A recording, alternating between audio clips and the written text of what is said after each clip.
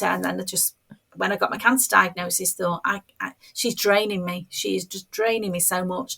So I made a conscious decision to step back. And I think at the time I thought this would be a temporary thing until I felt stronger. And then I sort of reflected and thought, it's not somebody that I need to spend a lot of time. I don't need to be awful to her. We don't need to have an argument.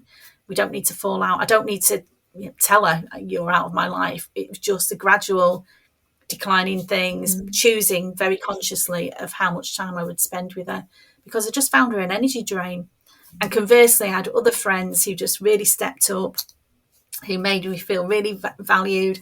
And it can be a simple thing of somebody bringing you some homemade soup, and you just think that is just like such a wonderful thing to do for somebody. You know, it's not always the big gestures, it's just knowing that people are there, and again being grateful for people that you have got in your life, and almost planning that I want more of that in my life. You know, I used to go through life being very busy and almost like taking people for granted. Oh yeah, she's good, she's always good. But now thinking, oh, she's really good, I want to spend more time with her. You know, I'm a big planner, so I like, at the end of the month I think about the previous month, what's gone well, next month what are my goals, what do I want to achieve. But I include in that, you know, who do I want to spend some time with, how am I going to treat myself this coming month, what, you know, what's going on, what good things am I going to make sure I make time for. It's not just all about work, it's not just all about obligations. I want to have some pleasure, I want to have some time with family, I want to have some good time for me. Yeah, it's so easy to go day to day and not examine those things. Like like back to what we were saying, like the things that you consume online, the people, the news, the people that you're around during the day. And like you said, you don't have to have a whole fallout like with somebody. You don't have to fight with them, but it's your Yeah, right. And like the way I think about it too is if you knew that you were, I don't know, something really good or something really bad was going to happen in your future, how would you live? So I feel like when it comes to following your dreams, for one example, if you knew you were going to achieve that, how would you live? Because you might. yeah, So you probably wouldn't care what people thought. But also, like if you knew you weren't going to make it to 50 years old, how would you be living your life? So it's harder said than done, or it's easier said than done, obviously. But yeah, yeah. it's your life. It's your life. I feel so passionate about all these things because I want everybody to be happy and like be their best, most authentic self and just achieve all their dreams.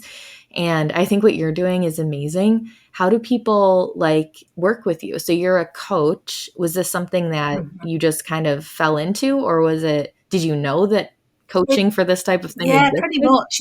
Yeah. So for years, you know, in my corporate job, I would manage big teams, and that was the part of my role that I really liked, was coaching and training and building relationships within my team.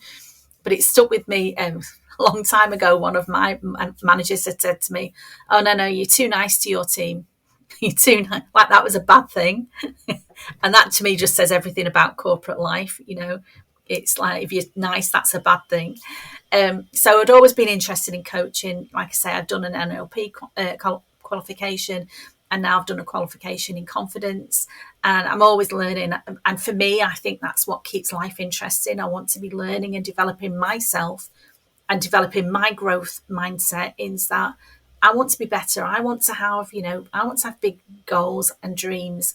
And there's no reason why I can't achieve that. And I love working with people sometimes who, it doesn't have to be a big goal, but for them it's almost like it seems unachievable because they're not sure how to change their habits. So I do love working with people, seeing that transformation from somebody who's not sure, who's not confident. Sorry, I've gone all around your question. So Zoom, you know, during the pandemic, as bad as it was, everyone got used to working online. And so having coaching sessions online now is like such a common thing. People are used to doing that. I've got online courses that people can download and just work through at their own pace as well. So people can work with me in different ways. Yeah, that's so cool. I think the pandemic was a horrible thing, but it opened a lot of doors for a lot of people. Ironically, I was just talking to somebody, it actually is streaming right now, but she had a brain tumor and she felt that her life took off from from COVID because she was able to see this new job. And it's crazy how everybody has a different perspective, especially after these big things happen to them. But do Yeah. you feel that everybody who comes to you is in the same spot, like they feel depressed, or they're like confused, they don't know where to go from here? I'm just curious the mindset of the people that you work with, Yeah. because I can't imagine Yeah. coming out of a Yeah. So cancer treatment. yeah, I think depression is quite some people are a little bit depressed and a little bit fed up. Other people, it's a big black hole. I'm not a clinical psychologist. If somebody is really in a bad place, then maybe I'm not the person for them. But if somebody's just, I want to change, but I don't know how to change. I want my life to be better, but I'm not sure how to do it.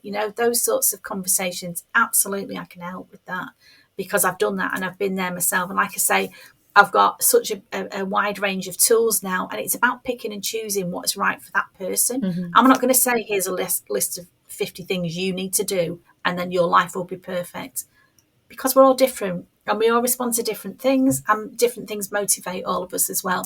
Different things bring us joy. For some people, being alone is a joyful thing. For other people, that's a nightmare. Yeah. So for some people, going to a busy party with lots of people is a joy. To other people, that's the last thing they want to do. So again, it's being true to yourself, understanding what makes you happy, and maybe taking baby steps, little things every day, changing some habits that get you more in that open mindset of, oh yeah, I can make changes. I have the ability, I have the resources to do that, and I'm going to change things, rather than, as a lot of us, and I did for years, drifting along thinking, oh, this is how life is, this is how it needs to be, and there's not a lot I can do about it. We can all make changes. And a lot of it, somebody said to me the other day, just starts with that decision. Starts with the decision that I've had enough of this now. I want something different. I want something better. I want something better for me. Hmm. Yeah, everything you're saying is so what I talk about and how I feel. Did you happen to read Atomic Habits by James Clear?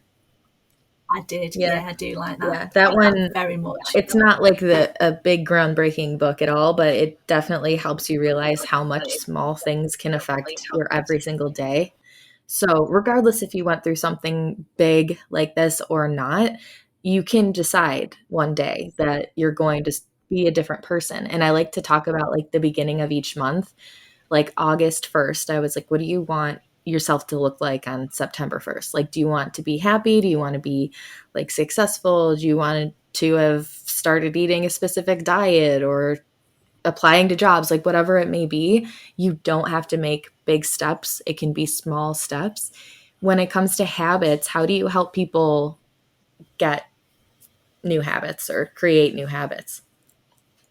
Yeah, and I think there's something about reflecting on, maybe looking back, keeping not a detailed diary, but looking back maybe over the last month. Well, what did you work? What did you do? What are the things you were doing, and how did you feel about that? And then the opposite question: well, how do you? Was that okay, or do you want to feel in a different way? There's also something, particularly for women, I think, because we are, even when we've been through menopause, a lot of women work in cycles. And so they will know, when we start looking at, how was your energy? How was your energy over the last week? Some days it's high and some days it's low. And I think trying to do the same thing every day when your energy levels are up and down is just hard work. You're making it hard work. So if you know, Mhm. maybe after your period, or maybe some people it's around the moon, whatever it is, or maybe it could be related to your job. I came from a finance background where month end was the busy time. Okay, well, if you've got those busy Mhm. times, plan it in, and know once it's Mhm. over, you're gonna have some easier days, or you're gonna have some Mhm. nurturing days when you're gonna do a bit more self-care, where you're gonna block out some time for you. So you're not gonna jam pack every day to look exactly the same. If you know that your energy levels go up and down and maybe go in cycles, work with it rather than trying to work against it. Yeah. Yeah, especially as women, like you said. I actually, I feel like there's a lot that's similar with you in my mindset, but I just had somebody on. It's going to be up probably, well, it'll be up before yours is up. But we talked about our cycle and the different hormones that are released or go down or up or whatever. Mhm. And it's just a fact that our energy is different and our interests are different.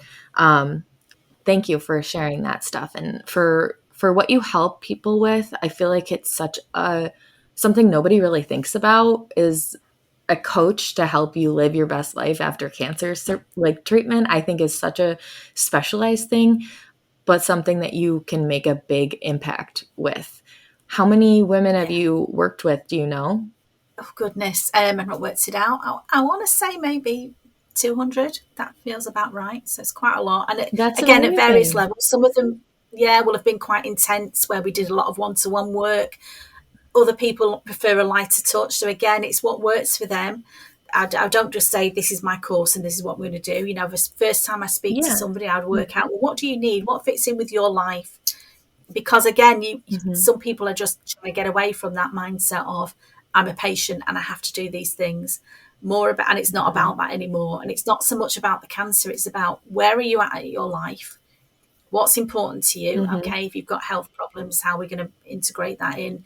If you've got other problems, well, what do you want to work on first? How do we get you from where you are now to where you want to be? Because there's always a way, you know, and I'm here to hold your hand. And if I can show you, you know, what worked for me or what's worked for other people, because I study other people's stuff as well all the time, because I'm very Yeah. interested in, Yeah. like you are, what motivates Yeah. people, how people can just make the most of this time that we've got on this planet. I really believe that, you know, we're not here just to go through the motions, just to that. There's got to be more to life than that. There really has. For sure. I wholeheartedly believe that too. Like, to a fault. I want everybody to realize that. So I have to like, kind of stop because I'm like, I want you to reach your potential and just be happy. Like, I feel that to my core. So I know we talked about a lot of things, but is there anything else that you think that we can learn from you, from your experience, or from other women who have gone through cancer, had this life changing thing happen? Sure. Yeah, it's not, and it's not so much necessarily tied up with cancer, but I think Mhm. a lot of us have got this ingrained belief that we can't change.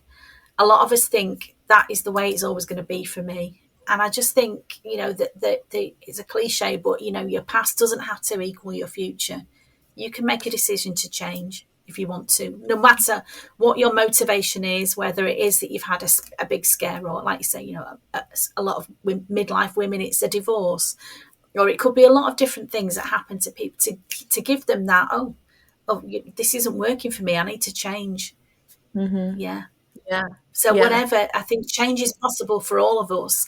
Mhm. Sometimes we forget, and it's that analogy of that. What do they say? How do you boil a frog? You know, you put a frog in a pan of water, and then very slowly, you know, dial up the heat, and so the frog doesn't realise they're being boiled to death. And I think that particularly applies to stress. Everyone that I work with tells me in their run up to their cancer diagnosis how stressed they were. And then afterwards, when we reflect back about what do you want to change, it always comes up, I want to be less stressed. And Yeah. again, yeah, that depends on you. What is stress for you? We talked, Mhm. you know, a little bit about, can mean different things to different people. You know, some people like working to a deadline. Some people like something a bit more. Uh, yeah, so some people like working to a deadline. Some people want to be more free flowing. Some people are more creative. Whatever it is, but again, it's thinking whatever's right for me. It's right for me. Yeah. Nothing wrong with that. You're not bad. Don't Mhm. make yourself wrong because you're different from the people around you. And again, social media. Find your tribe. Whatever your interest, whatever random interest you've got, you will find somebody online who likes the stuff that you like. So Exactly. connect with them, learn more about it. Yeah, Yeah, that's the good part about social media is like what we alluded to, like there's so many mm, people out there and there's so many people who can use your unique skills. And I think that's a definitely. good point too, is if you are looking to kind of fulfill a goal or a dream that you feel is too out of reach, it never is. And to go along with what you were saying is you deserve to do that. Like you are deserving and you should be doing all of this for yourself. And if it feels like it's out of reach for you, maybe you need different people like supporting you and surrounding you, maybe you need to start with that journal, whether it be a gratitude journal or just journaling what you feel and how you wish your life looked, and taking those really, really small steps, because